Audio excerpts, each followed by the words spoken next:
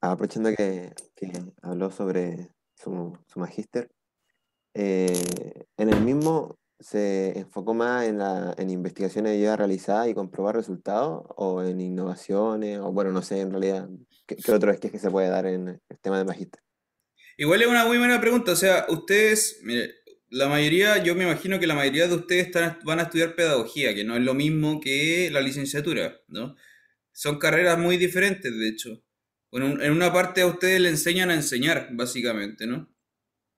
Y todas las competencias y toda la matemática que tienen que aprender es como para poder difundirla y dar un aprendizaje significativo a los estudiantes de colegio, ¿no es cierto? En mi caso, y para los que somos investigadores, como Luis, por ejemplo, también, lo que nosotros hacemos es la ciencia pura y dura, ¿no? La ciencia como la matemática en esencia lo más puro que tiene. Por lo tanto, se da cuenta que es como un enfoque totalmente diferente. No, no está enfocado para la pedagogía, lo que uno estudia en licenciatura, lo que uno hace en un posgrado, sino que está enfocado para la ciencia como la ciencia, ¿m? Como conocimiento humano. En ese sentido, los magíster, ya que me lo preguntaron, le voy a hacer un pequeño comentario, algo súper cortito. Cuando uno hace una tesis en un magíster se puede hacer dos cosas, tal como decía Luis. Uno puede hacer como un recuento como de las cosas que hay, o se puede dar algo nuevo. ¿Ya? Eso. Y hacer un recuento es una revisión como de toda la matemática que hay sobre un tema en específico como actual, ¿sí? Como usted estará imaginándose, vale, estos son como una charla introductoria, así como para partir. La matemática como ciencia es una cosa que va evolucionando con el tiempo y que por lo tanto va profundizándose y ampliándose en la historia, ¿no? Con el tiempo, naturalmente que es así. Entonces, para que se haga una idea, las cosas que estamos estudiando acá, en estos cursos, eh, es matemática que es como hasta el siglo XIX, más o menos, como contexto histórico. ¿M? Incluso antes. La mayoría de las cosas son anteriores, pero algunas cosas en particular son del siglo XIX. Si le piden así como ya, ¿qué matemática se hizo entonces en el siglo XX, por ejemplo? ¿O qué matemática hay nueva en el siglo XXI? Son cosas que son mucho más avanzadas y que no podría detenerme tanto a explicarle eso porque necesita harto como conocimientos previos. Entonces, bueno, resumen, para un magíster, claro, tú tienes que hacer todo ese estudio investigativo de qué hay hasta el siglo XXI, hasta el día de hoy, así como en el mundo, qué se ha hecho respecto de un tema concreto. ¿Ok? Eso. Espero haber respondido a la pregunta. Sí, o sea, por ejemplo, dicen acá, claro, los siete problemas del... Hay unas cosas que se llaman los siete problemas del milenio. De hecho, son del milenio, ni siquiera del siglo. Es un nombre súper extravagante. O sea, lo que tiene que saber es que, claro, la matemática no está terminada, ¿no? Eso que lo sepa así como de principio, como toda la ciencia, la biología, la física no están terminadas, siempre evolucionan. Entonces hay más conocimiento que se tiene que ir agregando, ¿no? Naturalmente. Entonces los investigadores, por ejemplo, como Luis Lomelí, se encargan precisamente, que es el profesor del otro paralelo, y todos los profesores que son investigadores de Lima, se encargan de aportar un poco más de conocimiento a la humanidad, así como, tal cual como suena eso, así, agregar un poquito más de matemática al mundo. Ya, bueno, ya, empecemos con la clase.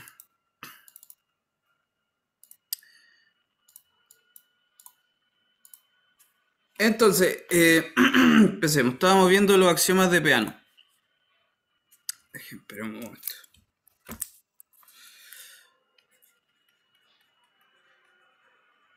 Ya, yo le había dicho, y lo conversamos la vez anterior, recuerdo entonces que los axiomas de Peano eran tres, ¿sí? Que eso es la manera en cómo uno empieza a construir los números naturales.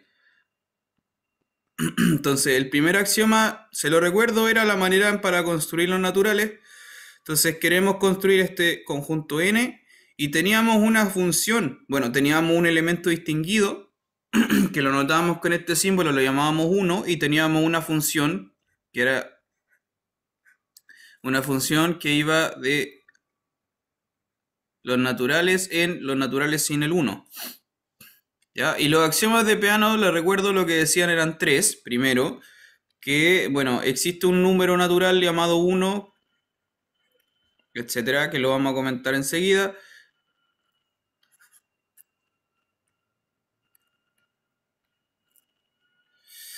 Esto lo habíamos puesto estos símbolos sigma. Lo otro es que la función S es inyectiva.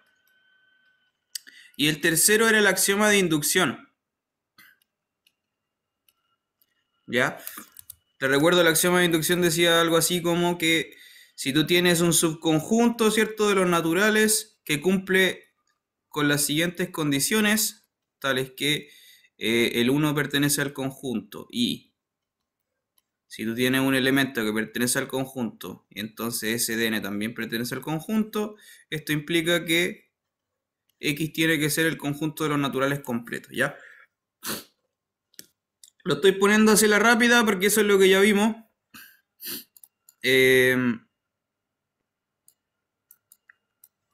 Y ahora vamos a entrar como, claro, a detallar un poco más al respecto. Vamos a detallar un poco más al respecto, ya. No sé si con esto hay alguna pregunta. Estos son los axiomas de Peano.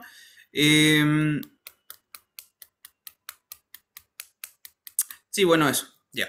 Entonces, con los axiomas de Peano, ¿qué es lo que puede hacer uno? Para construir los números naturales, esta es la esencia más básica para construir los números naturales. Entonces, ya. Estos son los axiomas básicos, elementales, fundacionales.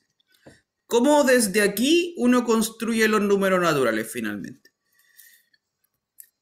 ¿Por qué estos son los axiomas finalmente, no? O sea, ¿por qué? Bueno, Peano tuvo la brillante idea de hacer esto. ¿Por qué? ¿Por qué son estos tres los que funcionan realmente? Y no son otros, ¿no? El asunto es que una vez que tú ya tienes definidos los axiomas de Peano, tal cual como lo ve usted acá, con el elemento 1 y la función sucesor, que estaba ahí con la S, podemos construir todos los números naturales de la siguiente forma, po. Tú tienes el 1, primer objeto de los números naturales. Primer objeto, o sea, uno ocupa desde ya la palabra primer objeto, primero, ¿cierto? También hay que hacer observación de qué significa eso, primero, segundo, etc. Bueno, desde el número 1, este numerito 1, uno construye, obtienes este nuevo numerito que le vamos a llamar S de 1, ¿cierto? La imagen de la sucesor de 1 que se bautiza con el nombre 2. Este simbolito, no sé si ustedes lo han visto anteriormente, me voy a detener, pero voy a borrar todo. Me voy a detener a preguntarle si conoce ese símbolo, que es una igualdad con 2 puntos. ¿Lo habían visto este? ¿Saben qué significa eso? Como que define. Correcto. Correcto. Es un símbolo distinto cuando le colocan una igualdad así. ¿Bien? Esta es una igualdad común. Una igualdad común. Ya, una igualdad común y corriente. Mientras que este simbolito con los 2 puntos atrás significa una igualdad que define. ¿Ya? Es una igualdad definitoria. ¿Ya? Lo que significa que uno está definiendo el número 2 como el sucesor de 1. ¿Sí? Eso es todo. Ese es el número 2, el sucesor de 1. Así se define y se le otorga ese símbolo, que es como este simbolito que usted conoce. Ya, eso. Y así, si tú tienes definido el número 2, bueno, podemos definir el número 3. ¿Cómo se define el número 3? El número 3 se define como el sucesor del número 2. Y así sucesivamente, ¿no es cierto? Uno habla de hecho precisamente de sucesivamente, en el sentido de que hay un sucesor, etcétera, ¿no es verdad? El número 4 se define como el sucesor del número 3 y se anotan con estos símbolos, etcétera. ¿ya? En general, entonces, ¿cómo se abrevia toda esta situación? ¿Cómo se abrevia toda esta situación? Enseguida le respondo esto, lo que me pusieron en el chat. ¿Cómo se abrevia la situación? Tú partes del número uno, luego construye el sucesor del uno, lo voy a escribir acá abajo con color rosado. Luego toma el sucesor del uno, luego el sucesor del sucesor del sucesor del uno, y etcétera, ¿no es cierto? Etcétera, etcétera, etcétera. En general, lo voy a poner puntos suspensivos. Para abreviar esta situación, uno lo anota así: S elevado a n de 1. ¿Ok? En general uno lo abrevia así: S elevado a n, que es una composición de la función sucesora consigo mismo n veces. ¿Sí? Así se construyen los números en su formalidad matemática. El número 10, ¿qué es? Es el sucesor del sucesor del sucesor. Es como esa... Me acordé de esa canción que me aparece, que aparece caleta en Instagram, que dice así como la mamá de la mamá de la mamá. Es como eso mismo, así. El sucesor del sucesor del sucesor, hasta que un montón de veces. Ya. Así se construyen los números en la formalidad. Ahora, ese es el concepto del sucesor, tiene que saberlo, o sea, es una cosa que me imagino que lo entiende en su formalidad, no es difícil de entender. Y lo que habíamos conversado la vez anterior es que, claro, que la función sucesora sea inyectiva, el axioma que está ahí, implica ¿qué implica de nuevo? Que si yo tengo dos números distintos, no pueden tener el mismo sucesor. Eso, ¿cierto? Esa era la inyectividad del sucesor. Espérame, que ahora sí voy a leer las preguntas. ¿Cuál es el comando látex de ese símbolo? Yo la verdad es que lo coloco así como dos puntos igual, así tal cual, dos puntos igual, así. No sé si tiene un símbolo propio en realidad. ¿Qué pasa si no están los números en base 10? Es una muy buena pregunta. Es una muy buena pregunta. Que la podremos responder mucho más adelante. Yo no sé si saben eso, pero los números se anotan como en una base.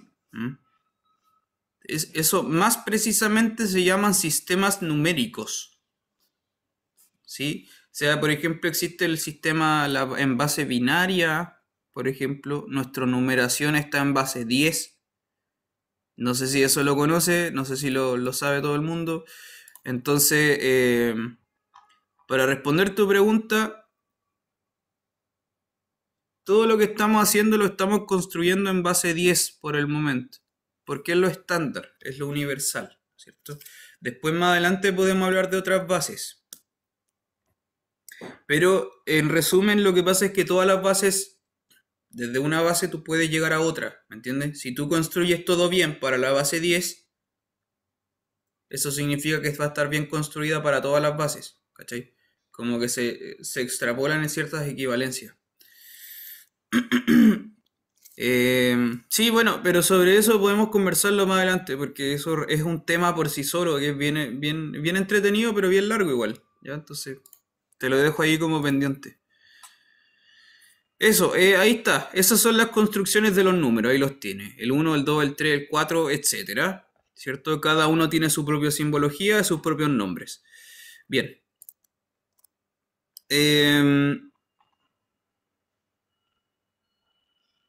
Por ejemplo, ya voy a borrar todo.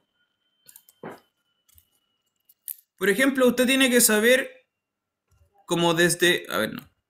Voy a quedarme solamente con el axioma sigma, ¿bien? El axioma sigma, que decía que la función, esta cuestión S, la función sucesor, es inyectiva. Ya, vuelvo a escribir esto mismo. De esto tú puedes desprender cierta información, de hecho. Si se da cuenta, si lo analiza como en... Lo vamos a desmenuzar. Que la función S sea inyectiva...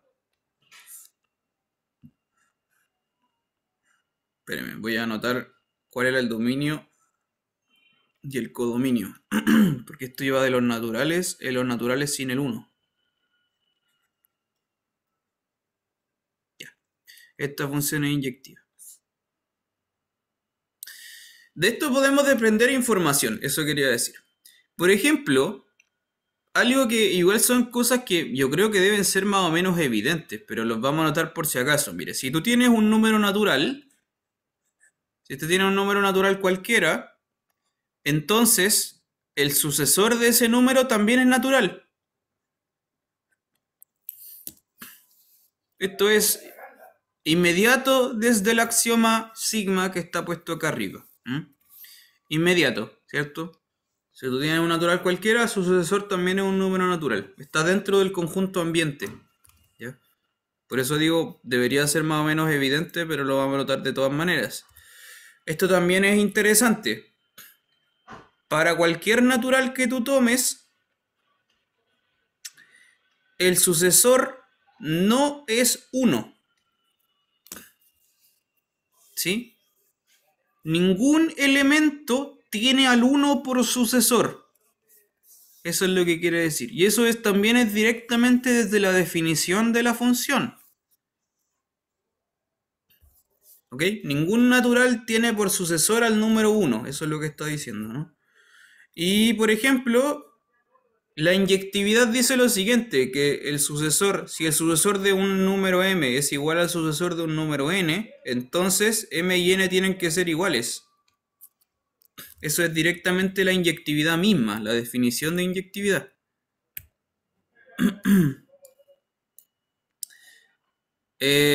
Pregunta en el chat, eso también lo voy a responder enseguida. Es una muy buena pregunta, por cierto. Eso, ¿vale? Estoy como desmenuzando un poco lo que está ahí dentro del axioma sigma, para que lo vea como, no sé, más naturalmente quizá. ¿Se entiende todo esto hasta el momento? ¿Hay alguna pregunta? Yo creo que de las cosas que están acá, lo que acabo de anotar, yo creo que lo más llamativo es el 2, justamente, que está acá el segundo que estoy marcando con rojo. Que es precisamente lo que mencionaban en el chat. Repito, ningún natural tiene por sucesor al 1. ¿Sí? ¿Cómo? ¿Por qué eso es así? O sea, lo que pasa es que nosotros hablamos del número 1 como, que lo vamos a estudiar bien en todo caso lo que significa, pero es un primer elemento, ¿ya? Primer elemento, primero. Desde ahí surgen todos los demás, ¿no es cierto? Tengo el 1, después viene el sucesor del 1, el sucesor del 1, y etcétera, ¿no es cierto? No hay ninguno hacia atrás, ¿no? Ningún número que tenga sucesor del 1, ¿ya? Claro, entonces la pregunta es, el 0, ¿qué pasa con el 0? ¿El 0 es un número natural o no? ¿Será que lo incluyo dentro de los naturales o no? Es una muy buena pregunta. Lo voy a marcar acá con... Voy a achicar todo esto. ¿El 0 es un número natural? Pregunta para todo el público. ¿Qué cree usted?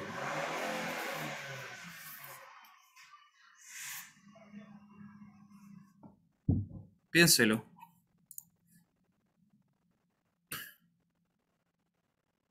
¿Por qué sí o por qué no? ¿Qué cree usted?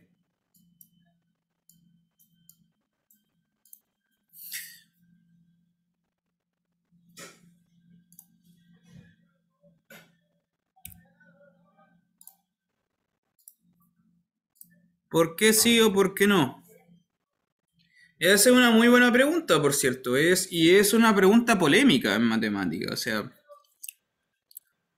No, actualmente no, pero en sus términos fundacionales, cuando Peano construyó todo esto, esa pregunta era compleja de responder de todas formas. Ya, en la construcción que estamos haciendo acá, como yo se lo estoy dando, los naturales parten desde el 1, tal cual como lo hemos dicho. Del 1 construye el 2, y ahí construye el 3 y el 4, ¿cierto? Como para allá. Pero no hay nada para el otro lado, no hay un 0. Tal como yo se lo estoy construyendo acá. Sin embargo, yo podría haber construido todo desde el 0. Desde el 0 construyo el 1 como el sucesor del 0. Y así para el lado, ¿se entiende? Yo podría haber elegido y dicho, voy a partir desde el 0. Eso, si usted se da cuenta, es un acto totalmente voluntario. Es una elección libre. Yo podría haber decidido, voy a iniciar los naturales con el cero, en vez de haberlo iniciado con el uno. Ya, tal como se lo estamos presentando acá, estamos forzando que empiece desde el uno. Pero podría haber sido que podríamos haberlo forzado que se iniciara desde el cero. ¿Ok? Eso es totalmente voluntario para la persona como construye los naturales. ¿Se da cuenta? Entonces, responder la pregunta si el cero es un natural o no es un acto de decisión. Algunas personas, algunos matemáticos te pueden decir que sí, otros te pueden decir que no, porque es totalmente como consensual, no, no tiene como una formalidad tal cual, ¿no? Dígame, no, si quiere preguntarme algo, dígame nomás. Sí, es que, bueno, sí sé que estamos construyendo desde lo natural hacia arriba, pero si pasásemos al siguiente esqueje que vendría a ser los enteros en sí están definidos como naturales, los naturales con el menito antes, y a eso se le une además el cero, por Claro. lo que esa definición también sacaría al cero ya desde un conjunto llamado números naturales. Y por Sí, otro lado, si decidiésemos arbitrariamente empezar desde el cero, tendríamos que definirlo bien, a saber si el cero es la nada o el vacío, o el cero también es una cantidad. correcto. Todo Eso. está... Sí, muy buena su intervención. No sé si alguien más quiere decir algo. Lo que dijo el compañero está muy bien. ¿Alguien más quiere opinar algo al respecto? Este tema da para largo, si el cero es natural o no. Para mí es algo súper interesante. Quizás puede ser para usted algo así como súper insignificante. Quizás ni siquiera le importa, pero es un detalle que marca como una bifurcación. ¿Se da cuenta? Porque puede ser que sí, puede ser que no. Y es como no hay ninguna regla así como clara de sí o no, ¿se entiende? Depende de la persona, depende el, como de la consensuación que se da, ¿sí? Si aceptamos al cero o no aceptamos al cero, ¿se entiende? El mismo Giuseppe Peano, que estamos viendo sus axiomas, el mismo construyó los naturales desde el uno. 10 años después construyó los naturales desde el cero. El mismo cambió sus axiomas y dijo, no, pongamos al cero de los naturales. ¿Y por qué? ¿Por qué hizo ese cambio? Porque si el cero es un número natural, eso entrega ciertas ventajas para los naturales, porque le añadimos el elemento neutro de la adición. Y eso es algo súper útil, de hecho. ¿Mm? Bueno, en fin, puede ser que sí, puede ser que no. En este contexto, como lo estamos construyendo, no, ¿vale? Y como dice Luis, eh, cuando veamos los números enteros, z entero como tal, ahí vamos a añadir el cero, sí que sí. Ya, Otra, otro comentario. dígame. Tam- eh, También de repente en algunos libros para definir al cero o para consensuar algo con el cero, no se habla de que el cero es, sino que se habla de que el cero no es. Y se trata como un número tanto ni positivo como ni negativo. Y de ahí empieza su definición. Ya. Sí, esos libros, está bien, está bien. Esos libros a veces como que cometen errores igual. Hay que tener cuidado con eso. Pero bueno, está bien. Lo vamos a conversar en su debido momento. Por ejemplo, que también lo vamos a conversar bien más adelante, pero hay personas que dicen que el cero es par y otras personas que dicen que el cero no es par. Porque el cero no es nada, no es ni positivo ni negativo. No sé, son como debates que tendremos que aclarar bien más adelante. El cero es par. Etcétera. Etcétera. Pues depende de cómo se definen las cosas. Bien, lo vamos a ver en su debido momento. Ya, entonces, Profe, yo dígame. vi una cátedra de un profesor de la UPV que es ¿Mm? doctorado en matemática y él da como la demostración de por qué el cero es 100% par. Así que no sé si habrá, bueno, si usted dice que se puede discutir, voy a estar atento a eso. Pero hasta donde yo tengo entendido, el cero está como fielmente demostrado que es par. Sí, no, está bien, está bien. Depende, es que claro, depende cómo se define lo que es un número par, pero sí, o sea, de aquí a China, un número par es un múltiplo de 2 y cero es un múltiplo de 2, así que sí es un número par. Definitivamente sí lo es, ¿ya? Bien, entonces, Ya, quiero que entienda bien que los naturales se construyen así, ¿ya? Tenés el uno, luego tiene el sucesor del uno, luego el sucesor del sucesor, etcétera. ¿Qué está pasando? ¿Por qué se anota eso? Ahí sí. ¿Ya? Etcétera, ¿cierto? Hacia adelante. Punto suspensivo, ya. Estos son los números naturales, se los presento así.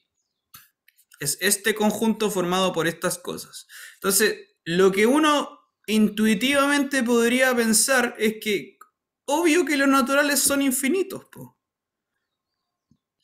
Teorema. El conjunto n es infinito. Teorema. Los naturales son infinitos. ¿Cómo demostramos esto? A ver.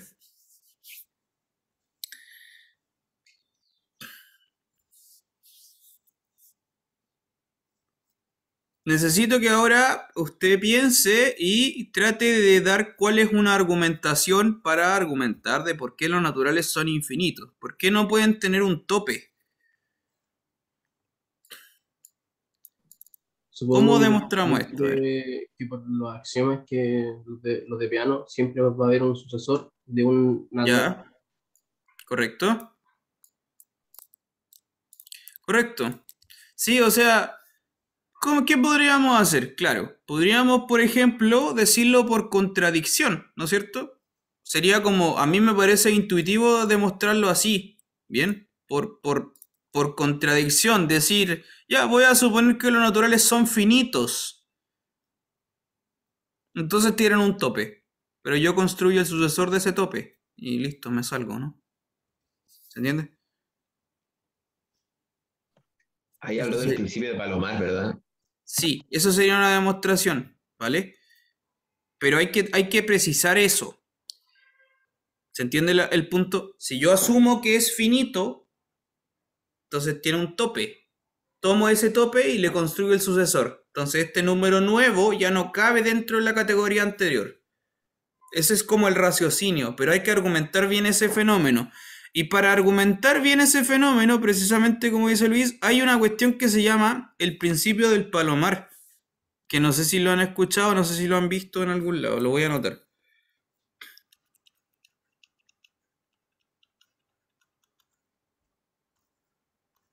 Principio del palomar.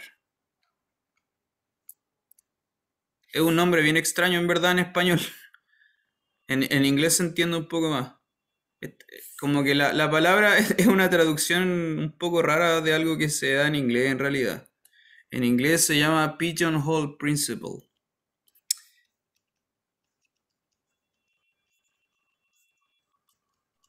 Que la traducción literal debería ser como los agujeros de las palomas, una cosa así.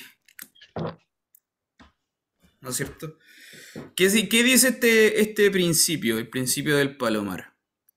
¿Alguien lo conoce? ¿Nunca lo he escuchado en su vida? No sé, dígame si lo conoce.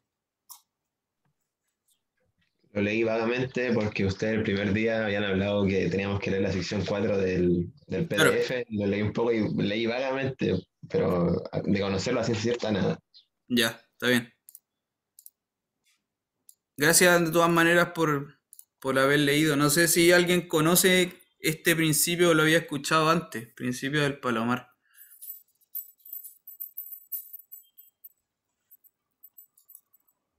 ¿No? Ya le voy a mostrar una imagen. Por eso, esta imagen yo creo que le va a entender por qué se llama el principio del palomar. Ahí lo ve, ¿no? No, acabo de ver anillos conmutativos. ¿Se ve la imagen? ¿Lo ven? Sí, profe. Ya. Ese es el principio del palomar, por eso se llama así. Me suena aquí la payún. Sí, mira, ya le explico qué dice el principio del palomar. Acá se ve claramente lo que quiere decir. Imagínate que tú tenías así como estos son como departamentos de paloma. Tú tenías así como 9, ¿cierto? Como casitas para que pueda estar una paloma. Si tú tienes estos 9 así como casillas y tienes 10 palomas, naturalmente que alguna de esas casillas va a tener que repetirse con más de una paloma. ¿Se entiende, no? Si tú tienes 9 casillas y 10 palomas, tiene que haber uno de los compartimentos que se comparta con más de una paloma a la vez. ¿Sí? Eso se llama el principio del palomar. ¿Ok? Entonces, en los números naturales, ¿qué significa eso? Formalmente. Si tú tienes un conjunto finito dentro de otro conjunto finito más grande, es como que tengo que, como los que me sobran, como que se van a agrupar dentro de estas casillas más chiquititas. ¿Ya? Este principio, el principio del palomar, generalmente ni siquiera se demuestra, como que se asume. Yo no sé si usted podría demostrarlo igual. Es interesante pensar eso. ¿Ya? Entonces, te voy a hacer ahora otro esquema. El principio del palomar me dice lo siguiente. Si tú tienes un subconjunto así, voy a hacerle un dibujo. Tienes este subconjunto y tienes un subconjunto de este conjunto rojo más grande. Entonces lo que quiere decir es que estos de acá como que se tienen que amontonar en estos de acá adentro, ¿no? En términos formales, el principio del palomar dice que las funciones que van de un subconjunto contenido dentro de otro no pueden ser inyectivas. Eso es como lo formal. Pero bueno, con esta cuestión, este principio del palomar, que de hecho también lo vamos a conversar un poco más adelante cuando veamos aritmética propiamente tal, con esta cuestión podemos demostrar que el conjunto de los naturales son infinitos. ¿Bien? Entonces ya, demostración.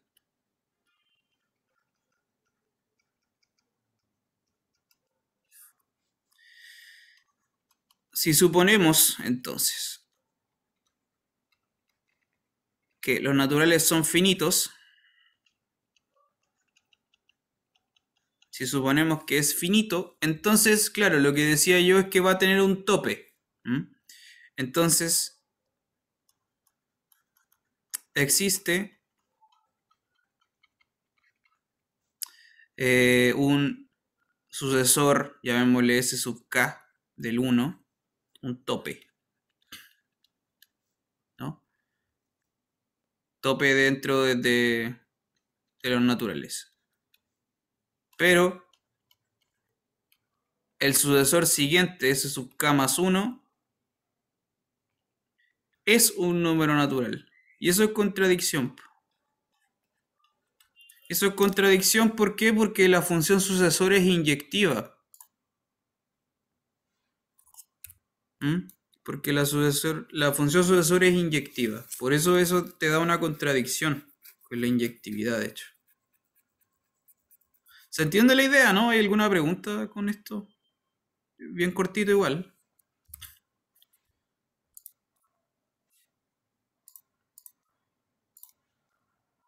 ¿Dudas? ¿Alguna pregunta?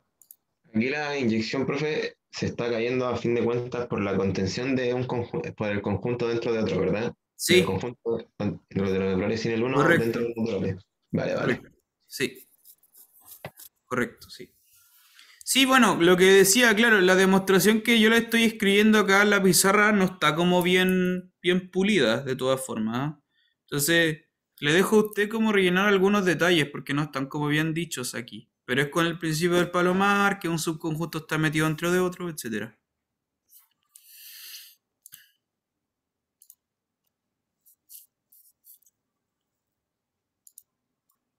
Ya.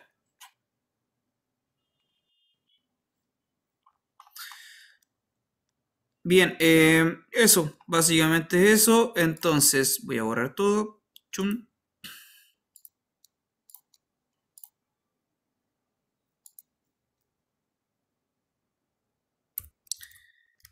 Voy a borrar eso. Ya. Entonces, bueno.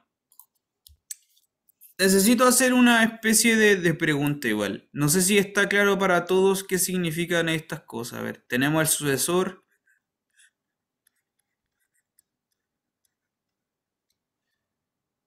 Hay que tener algunas cosas bien en claras, que se las voy a preguntar porque son como detalles como formales y importantes que tiene que saber como para manejar bien la matemática que estamos estudiando. Primero, esta es una función, ¿cierto? Lo hemos ocupado, pero no sé si usted sabe qué es una función. Formalmente, ¿sabe qué es una función? Segundo, segunda cosa, los naturales es infinito. Vale, pero ¿qué significa un conjunto finito?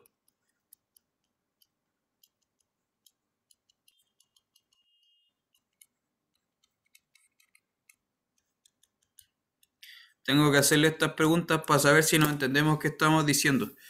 ¿Qué es una función y qué significa un conjunto finito? ¿Mm? Formalmente, desde la formalidad matemática, con toda la precisión y la rigurosidad. ¿Qué significa eso? ¿Saben qué es una función?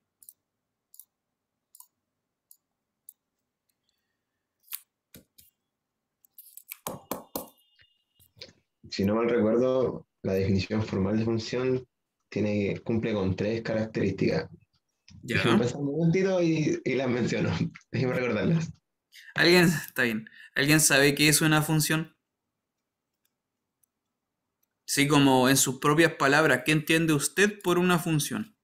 Una maquinita, ya, me parece bien. Es una buena respuesta, de hecho, algo que yo diría.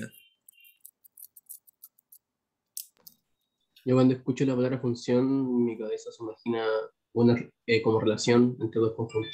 Ya, Nada pues, más que eso. bacán. Sí, estoy de acuerdo con eso. Me gusta ese concepto también. Un algoritmo. También tiene que ver con eso, justamente. Tipos de operaciones. Sí, también. No precisamente, pero sí. Igual también está relacionado, de todas formas. Ya, lo primero, vale, cuando usted tiene que definir qué es una función en palabras, primero lo voy a hacer en palabras, después lo voy a hacer rigurosamente matemático, para que lo vea, por lo menos para que lo conozca si es que no lo ha visto. Una función es una asociación, ¿vale? Es una relación, como decían por ahí. Es una cosa que relaciona objetos con objetos, ¿sí? Nosotros, nuestra cabeza, nuestro cerebro, naturalmente funciona con funciones. Es una cosa psíquica natural, que es que tú vas así como, imagínate que vas en una micro y veías así como los asientos libres y veí las personas que están sentadas y las personas que no están sentadas en la micro. Entonces tú puedes hacer una asociación en tu cabeza inmediatamente de asociar la silla con la persona que le corresponde. ¿Se entiende? Estoy vinculando uno a uno una silla con una persona. ¿Mm? Una silla con una persona. Por ejemplo, aquí en esta misma sala de Zoom, acá a mí me aparece así como en la lista de participantes, me aparecen así como enumerados. Aparecemos que somos 29 personas acá. Entonces uno puede hacer una asociación del nombre de la persona de usted con el número al cual le corresponde en la lista, ¿sí? Persona, número, por ejemplo, ¿no? Eso es una función. Todas esas cosas que le estoy comentando son funciones. Es una relación que yo establezco en la cabeza de algo con otra cosa, de algo muy elemental que sirve para todo al final. ¿Ya? Formalmente ahora, formalmente, ¿qué es una función? Ahora se lo doy formal. Formalmente, ya esto es mucho más peludo de definir, formalmente una función es un subconjunto de un producto cartesiano.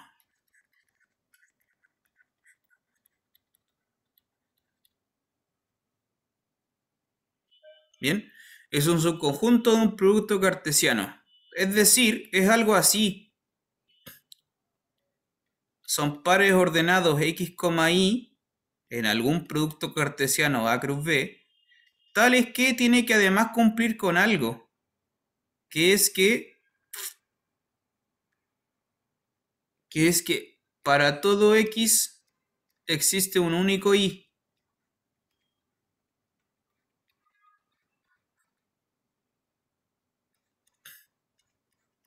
Tal que A, X está en el A cruz B. Eso, esa es la definición formal. Es un poco más complejo de definirlo, ¿ya? Pero básicamente lo que quiere decir es que tú asocias un par de objetos, en el ejemplo que le di, una silla con una persona, es un par de objetos, un par de conceptos, persona, silla, persona, y que se le asocia de manera así como que a una silla le corresponde una única persona. ¿Mm? Tiene que haber una asociación como de preimagen con única imagen. ¿Mm? Y esto normalmente lo anotamos así, como una función f que va de un conjunto x en un conjunto y, ¿cierto? Y toma una x y lo manda en la y chiquitita, ¿no? Ese esquema es como el esquema de la función f, dos puntos, ¿cierto? Conjunto, flecha, conjunto, abajo x, flecha, y. Sí, ese es el esquema que precisamente esquematiza una función.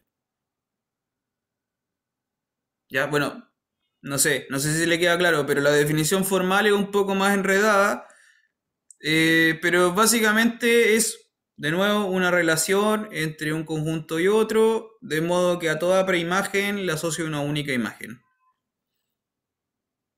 Eso formalmente es así. No sé si le quedó claro. Típico que cuando uno habla de una función aparecen estas palabras preimagen, imagen, conjunto recorrido, dominio recorrido, como todas esas cosas que vienen como de la mano con las funciones.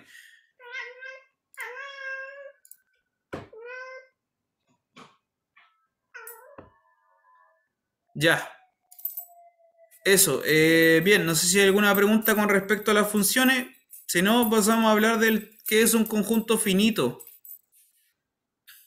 Formalmente, ¿qué es un conjunto finito? Que hay que definirlo igual. ¿Quieres salir de la clase? Saluda a la gente.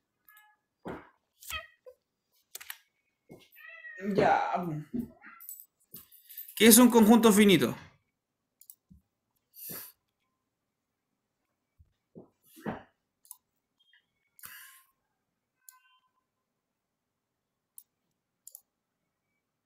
¿Alguien sabe qué es un conjunto?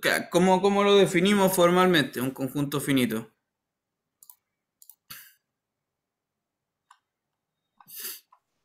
Pregunta antes de responder. ¿Se le puede dar la connotación de infinito o no infinito, distinto a finito y no infinito, como en los espacios métricos, que se habla de conjunto abierto y no abierto, y conjunto cerrado y no cerrado, como cosas distintas? A ver, no entendí. Como finito y no finito. Infinito y no infinito. Es que por ser en Ya. los espacios métricos, Sí, lo abierto y cerrado cerrado no no significa son, que no claro, no son sea no abierto. Es claro, en el espacio métrico abierto y cerrado no son como opuestos. Claro. Claro. No, acá sí lo son. Infinito o no finito, finito, no. Vale. Cuando un Formalmente, conjunto es infinito, un conjunto infinito se define como no finito. Ya es tan simple como eso. Por lo tanto, hay que definir primero qué es un conjunto finito, ¿cachai? Para hablar de infinito es simplemente negar lo otro. claro.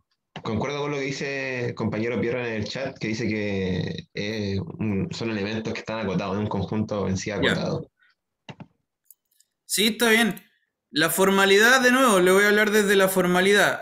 Formalmente un conjunto finito formal es, voy a borrar todo. Decimos que un conjunto, vamos a llamarle un conjunto A. Bien, un conjunto A. A es finito si... ¿Qué tiene que pasar? Tiene que pasar que el A se puede establecer una biyección,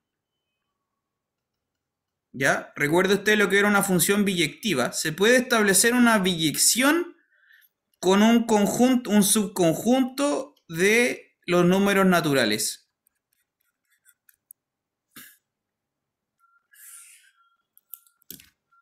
¿Sí? Se puede establecer, por ejemplo, la cantidad de estudiantes que estamos acá en esta sala Zoom. Es finita. ¿Por qué? Porque yo puedo establecer persona con un número. ¿Sí? Y yo puedo ver que esa lista de números tiene un tope. Que en este caso somos 29. Dígame, pregúnteme nomás. Sí, profe, le quería preguntar sobre eso del subconjunto de los naturales. ¿Le estamos dando la particularidad de subconjunto de los naturales ahora porque estamos en este universo Sí. o como regla general? No, bueno, es regla general. En todo caso, eh, eh, A lo que voy es que si puede ser agotado siendo un subconjunto de los racionales o de los en realidad complejos. sí. En Ya, realidad sí. Pero uno ¿verdad? trabaja con los naturales porque los naturales siempre son más cómodos. Pero en Claro. realidad se puede hacer con cualquiera. Vale, perfecto, gracias. Ya. ¿Se entiende? Entonces, claro, o sea, yo, no sé, tengo una cantidad finita de, qué sé yo, de plata. ¿Por qué? Porque puedo establecer, ¿cierto?, un vínculo de moneda con un número, ¿cierto? Y puedo ir contándolos, ¿cierto? No sé, digamos que tengo 10 monedas de 100 pesos, entonces los establezco así, y los puedo listar y digo, hay cantidad finita, ¿no? Entonces, un conjunto infinito, como decía, es la negación de esto. ¿Sí? Es decir, que no se puede establecer ninguna biyección con un conjunto que sea del 1 hasta alguna n. ¿Se entiende la idea? ¿Queda claro esto? Sí, profe, por mi parte al menos. Esta cosa, esto que se lo estoy comentando ahora es también es algo súper moderno en matemáticas. También es desde la época de Peano, pero lo trató otro matemático que se llama Cantor, que no sé si seguramente le han hablado de Cantor, que Y sus sucesiones de Cauchy ahí. él estuvo como muy interesado por entender el infinito en las matemáticas y formalizarlo, el infinito matemático. Entonces él tiró una teoría nueva para entender los infinitos, que dio pie a un montón de cosas en verdad. Es un tema muy fascinante en realidad lo de los infinitos, porque de hecho hay más de uno, que quizá ya lo conoce ese hecho también. Si no, es un spoiler, hay más de un infinito. Más pequeños y más grandes ahí. Sí, hay categorías de infinitos, de hecho. Que insisto, es todo un tema muy, muy interesante, de hecho. Pero bien, bien extenso. Bien, entonces, lo último que vamos a ver hoy, yo creo porque ya no nos queda más tiempo, es el concepto muy sencillo del antecesor. Ya que tenemos definido el sucesor, podemos definir el antecesor. ¿Qué es el antecesor entonces? ¿Cómo lo definimos? El antecesor, ¿qué es? Es una función, tal como la subfunción sucesor. El antecesor entonces es una función que la vamos a llamar A, que tiene que ir de algún lado en algún lado. ¿De dónde a dónde? ¿Qué cree usted? De los naturales a los naturales sin el uno. Hay que ver bien eso. Es al revés, si lo piensas es al revés. ¿Ya? Es desde los naturales sin el 1 a los naturales. Sí, tiene razón, profe. Es al revés. Porque precisamente el sucesor y el antecesor son funciones inversas. ¿Se da cuenta de eso? Son funciones al revés. ¿Ya? Son funciones inversas. Por lo tanto, se define el antecesor. Definimos el antecesor. ¿Qué pasó?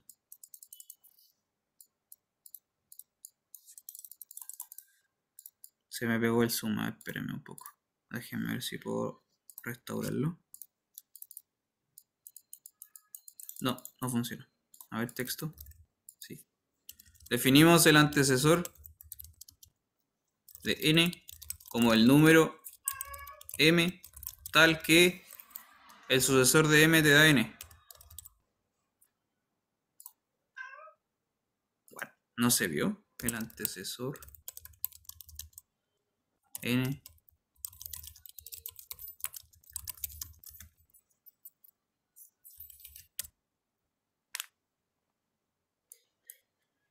¿Se ve o no se ve? No, no se guarda. A ver, ¿qué onda? No. Bueno, no sé, no me está funcionando el zoom. Tendremos que dejarlo para después. Pero bueno, el antecesor, entonces, que lo sepa, es el numerito al cual yo le aplico el sucesor y obtengo el original, ¿cierto? En esencia, lo que es el antecesor es la función inversa de la sucesor. Es sencillamente eso. Por lo tanto, si el sucesor iba de los naturales a los naturales sin el 1, el antecesor lo hace al revés. De los naturales sin el 1 a los naturales, ¿cierto? ¿Qué significa esto? Que todos, básicamente todos tienen un antecesor, excepto el 1, precisamente lo que hemos conversado, porque es el primer elemento, ¿no? Por eso se define justamente así. El antecesor no se puede definir en el número 1, en todos los demás sí. Eso, entonces el antecesor y el sucesor son funciones inversas entre ellas. Y todos los demás tienen sucesor excepto el propio 1. Bien, ¿hay alguna pregunta respecto a esto? La demostración para esto sale del mismo hecho de que se obtendría una contradicción si el 1 tuviese un antecesor. No. De hecho es más, o sea, ya se puede hacer así, pero es, esto es directamente, la demostración de esto es muy sencillo, es tomar que tú sabes que la función sucesora es inyectiva, Claro. por lo tanto tiene una inversa. ¿Cachai? Y la función inversa es esta función antecesor. Listo. Ah, perfecto. ¿Sí? Y además la función sucesor, esto no lo hemos demostrado, pero se puede argumentar muy sencillo. La función sucesor también es sobreyectiva. Que también lo vamos a conversar bien con la próxima clase con detalle, porque no me está funcionando el zoom y no sé por qué no puedo rayar. A ver, no entiendo la pregunta. ¿Qué sucede si se llega al 1? ¿A qué te refieres? Profe, ¿se escucha? Sí, lo escucho. A lo que voy es que, bueno, no hay el 1 es el elemento el primer elemento, como usted Claro. dijo, ¿no es cierto? Sí. Pero pero no puede haber el antecesor del 1. No, claro. Según las condiciones que usted me está dando. Entonces no podría ser, ¿verdad? No podría haber un elemento cero según las condiciones que usted está dando. El 1 no tiene antecesor, puede ser el tema. Ah, ya. El 1 no tiene, eso es todo. ¿Está bien? Eso, gracias. Ya, bien, bueno, no nos queda mucho más tiempo. Lo último que le quiero comentar es que, claro, el profesor Luis también les dio así como, igual esto es opcional, pero si usted quiere leer la sección 2.4 que está aquí en el archivo TDN semana 1, que ya está en su aula virtual, ¿no? Que acá está como todo, bueno, resumen, como todo lo que hemos hablado el día de hoy y la clase anterior. Pero bueno, esto se lo voy a comentar así como bien a la rápida, porque esto es... después hay unos ejercicios igual si quiere practicar. Ahí, bueno, una lista de 5 ejercicios. Para practicar los temas de los sucesores, etc. Pero esta sección, la sección 2.4, es una sección como bien loca, bien extraña, y bien diferente, que es ya cómo se definen los números desde la nada, así. Y esto lo hicieron, claro, como dice acá, se lo voy a hacer un comentario nomás. Lo hizo Bourbaki, que son una escuela de matemáticos franceses, que no es... Esa historia también es bien interesante. Eran un grupo de matemáticos, pero o sea, todos se añadían y todos se mostraban con un nombre en particular que era Nicolas Bourbaki. Pero eran un grupo. Todos se ponían el nombre, ese seudónimo. En fin, entonces eran un montón de matemáticos que crearon este concepto para definir los naturales desde cero, desde lo más básico, desde la nada. Y para eso define los números así. Fíjese lo extraño que es esto. Definen al 0 como el vacío, al 1 como el conjunto formado por el vacío, al 2 como el conjunto formado por el vacío y el conjunto vacío, y al 3 así sucesivamente. Se da cuenta que es una cosa bien rara, bien distinta, pero funciona muy bien para definir los números desde la esencia nada, así, desde lo básico, desde el vacío. Ya es otra construcción para definir los números también. Y así también se pueden estudiar los números naturales con esta otra manera de entenderlos. Y acá está como toda la formalidad. Bueno, ahí están las definiciones de los números. Si usted quiere echarle un vistazo. Acá está así como el conjunto sucesor, la función sucesor, lo mismo, muy parecido a lo de antes, pero en este caso, como usted se ha dado cuenta, los naturales parten desde el 0, acá, ¿cierto? El 0 sería el primer elemento que se define como el vacío. Y acá, etcétera, se dan como categorías de números naturales y esto se puede extender un montón, esta teoría, igual es bien interesante, ¿ya? Ahí por si quiere echarle un ojo. Cualquier cosa me puede mandar un correo y ahí lo conversamos. Esto, de hecho, último comentario que le puedo dar. Si usted revisa así como busca en internet, que esta palabrita puede que le suene, que están los números ordinales y los números cardinales. ¿Sí? No sé si conoce esos conceptos, quizás lo ha escuchado. Esos son otras cosas. Los números ordinales y los números cardinales. Que es algo que todavía no vamos a conversar, probablemente no en este curso. Pero si usted lo busca así en internet, ¿qué son esas cosas? Lo más seguro es que le aparezca ese esquema.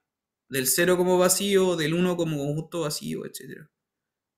Eso tiene que ver con otro objeto, también, con otras categorías de números ordinales. Ya, eso nomás quería mostrarle. ¿Alguna última pregunta antes de terminar?